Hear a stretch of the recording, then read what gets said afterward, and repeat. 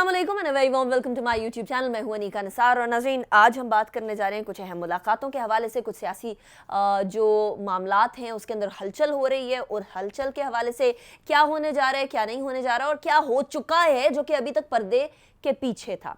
कल एक all parties conference हुई। उस ऑल पार्टीज़ कॉन्फ्रेंस के अंदर बड़े ताबड़तोड़ किस्म के हमले किए गए पाकिस्तान के इदारों के हवाले से, इस्टेब्लिशमेंट के हवाले से, यानी पाकिस्तान की अफवाज के हवाले से। अब वो जो अफवाज पे कल ताबड़तोड़ हमले किए गए थे वो फौरी तौर पर हमारे दुश्मन मुल्क भारत ने पिक किए हैं और उनके मीडिया ने उसको ओवरप्ले करना शुरू कर दिया है। उसके हवाले से मेरी एक और वीडियो जो है वो इन डिटेल मैं बनाऊंगी और अभी थोड़ी देर में अपलोड करूंगी। उसमें शाहिद खाकान अब्बासी साहब मेरे साथ मौजूद होंगे, उनसे ये सारे सवालात करेंगे कि ये कल की स्पीच में क्या हुआ क्या नहीं हुआ। बहरहाल कल जो एपीसी हुई है, कल जो एपीसी के अंदर बात हुई है उसके अंदर तमाम का तमाम इल्ज़ाम डेमोक्रेटिक सिस्टम को डीरेल करने के इल्ज़ामात पाकिस्तान की इस्टेब्लिशमेंट पे लगा दिए गए। ऐसे में एक जो चीज़ बड़ी वाज़े तौर पर सामने आई वो ये थी कि बिलावल भुट्टो जरदारी साहब और आसिफ जरदारी साहब ज़रा माइल्ड थे और नवाज शरीफ साहब बहुत ज़्यादा हार्श थे।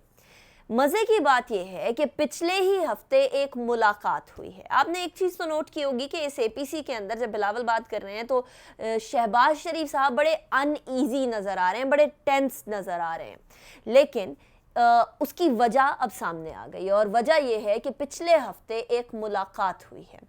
उस मुलाकात में army chief general Qamar Javed Bajwa, ISI chief general Faiz और पार्लिमानी लीडरान मौजूद थे, जिनमें शहबाज शरीफ साहब, बिलावल भुट्टो जरदारी, इसके साथ साथ जमाते इस्लामी के अमीर सिराजुल हक, जेयूआईफे के रहनुमा और वफाकी वज़रा शामिल थे। अब ये जो मुलाकात थी इसके अंदर मुल्की मामलात को डिस्कस किया गया, इसके अंदर सिक्योरिटी मामलात को भी डिस्कस किया गया, लेकिन सबसे इम्पोर्टेंट बात जो है वो ये है कि इसमें बड़े वाज़े तौर पर अस्करी क़यादत ने बोल दिया कि हम लोगों को किसी तरह की पॉलिटिकल जो इंटरवेंशन है उसकी ज़रूरत नहीं है, ना हम उसके ख्वाहां हैं।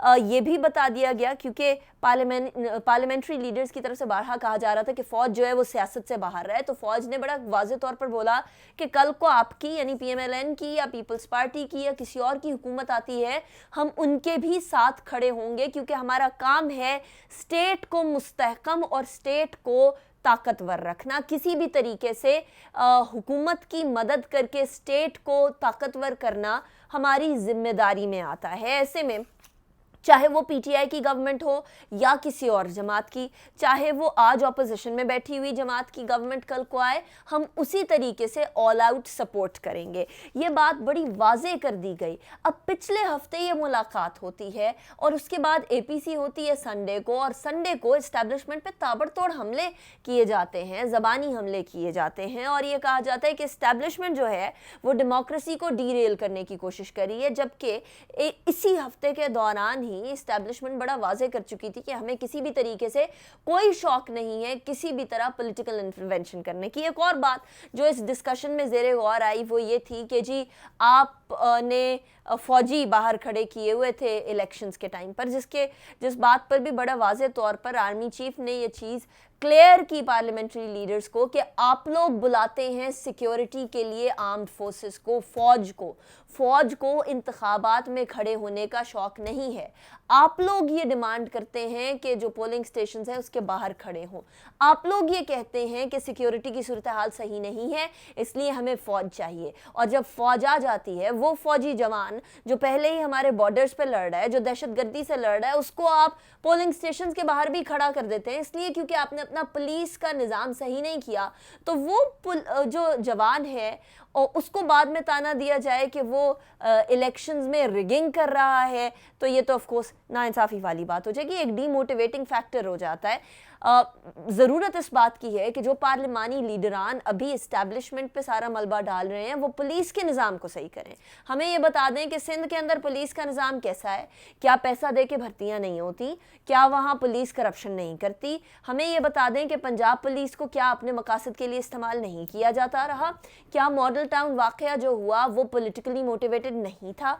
अगर इस तरह की सारी बातें हैं हमारे सामने तो ये तो बड़ा वाज़े हो गया और बड़ा क्लियर हो गया कि समहाउ दी अदर जो پولیٹیکل پارٹیز ہیں وہ اپنی ذمہ داری نہ پوری کرنے کا ملبہ اسٹیبلشمنٹ پر ڈال رہی ہیں. بہرحال یہ ملاقات سے ایٹ لیسٹ میں نے تو یہ اخذ کیا کہ پولیٹیکل پارٹیز کو اونرشپ لینے کی ضرورت ہے, ان کو اپنی ذمہ داریاں پوری کرنے کی ضرورت ہے. اس کے ساتھ اگلی ملاقات جو ہے وہ پرائم منسٹر کے ساتھ آج COS یعنی chief of army staff general Qamar Javed Bajwa کی ہوئی. اس ملاقات کے اندر بھی ملکی سلامتی کے معاملات کو ڈسکس کیا گیا. یہ بھی یاد رہے کہ کل کا جو ریزولوشن تھی, اس ریزولوشن میں جو اپوزیشن کی تھی, اس ریزولوشن میں یہ بات بڑے واضح طور پر کہی گئی کہ نیشنل ایکشن پلان پہ عمل درآمد کیا جائے. نیشنل ایکشن پلان APS یعنی آرمی پبلک اسکول کے اوپر جو اٹیک ہوا تھا اس واقعے کے بعد بنا تھا. نیشنل ایکشن پلان جو ہے وہ امپلیمنٹیشن, اس کے 20 نکات تھے, امپلیمنٹیشن ہونا تھی,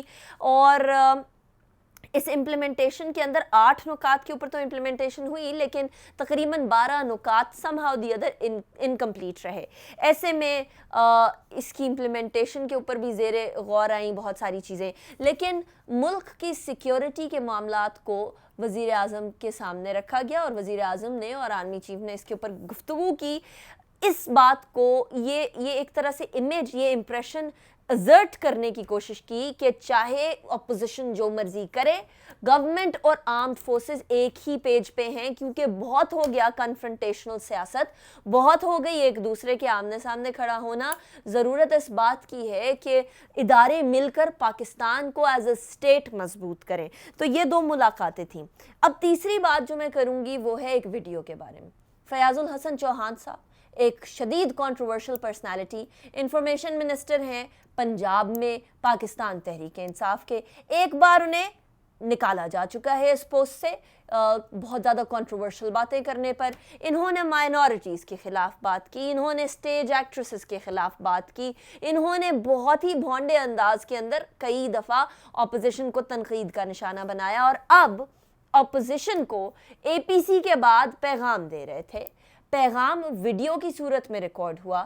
اس ویڈیو کے اندر مجھے نہیں پتا آپ لوگوں نے دیکھا یا نہیں, لیکن اس ویڈیو کے اندر رائٹ سائڈ پر فیاض الحسن چوہان کی ایک بندوق پڑی ہے.